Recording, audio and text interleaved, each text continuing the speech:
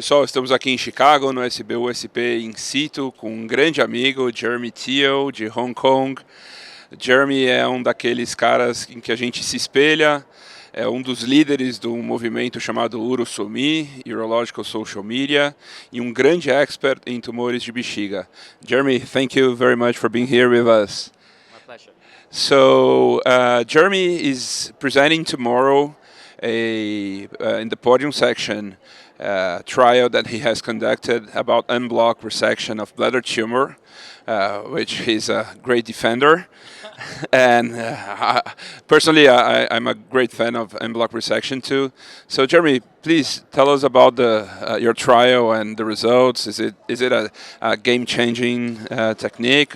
I think so, but you have the hot stuff. Sure. Talk to us about it. So basically, this is a multi-center trial comparing between en-bloc versus standard TRBT. It's conducted in 13 centers in Hong Kong. The main inclusion criteria is really tumors less than 3 centimeter. We don't have any restrictions in terms of tumor numbers. So we recruited 350 patients. And then we look into the 1-year recurrence rate as the primary outcome. Of course, we have other secondary outcomes like 1-year progression rate, residual disease, etc. So basically what we found is that the 1-year recurrence rate was 38% in the standard resection arm versus 28% in the en-bloc resection arm, and it was statistically different. For the progression rate, it was 2.6% in the standard arm versus 0% in the en-bloc arm. So the event number is relatively low, and the p-value didn't reach a statistical significance for the progression rate.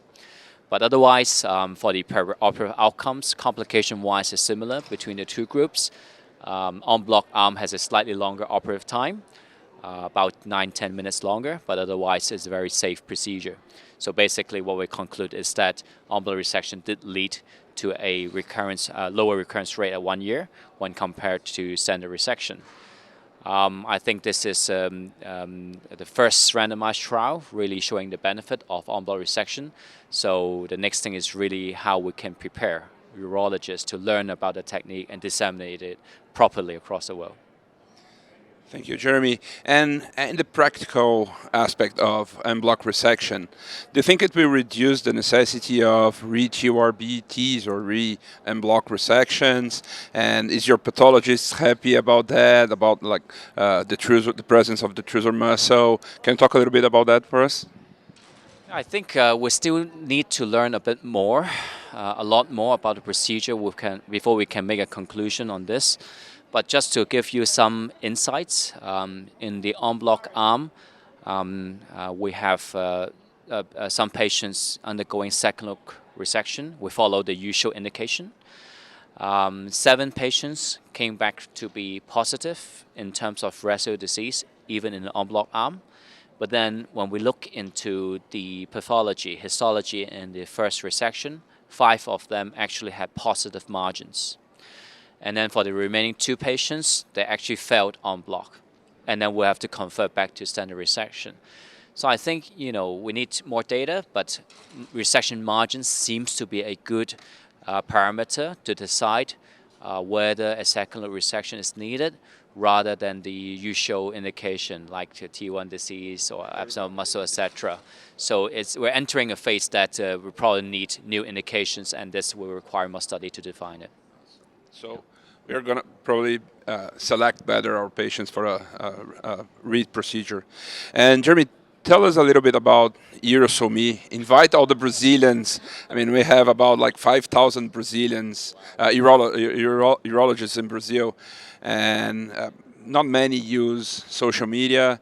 Tell us about the importance of networking and projects that you have developed, leading us in this amazing atmosphere. Well, Marcelo and I are, really good friends, and we became really good friends through UroSoMe as well. So I think it's a good platform for people to network, just open up your mind to know friends who share common interests. At the same time, social media is not just about having fun, but in fact we can do really constructive work together.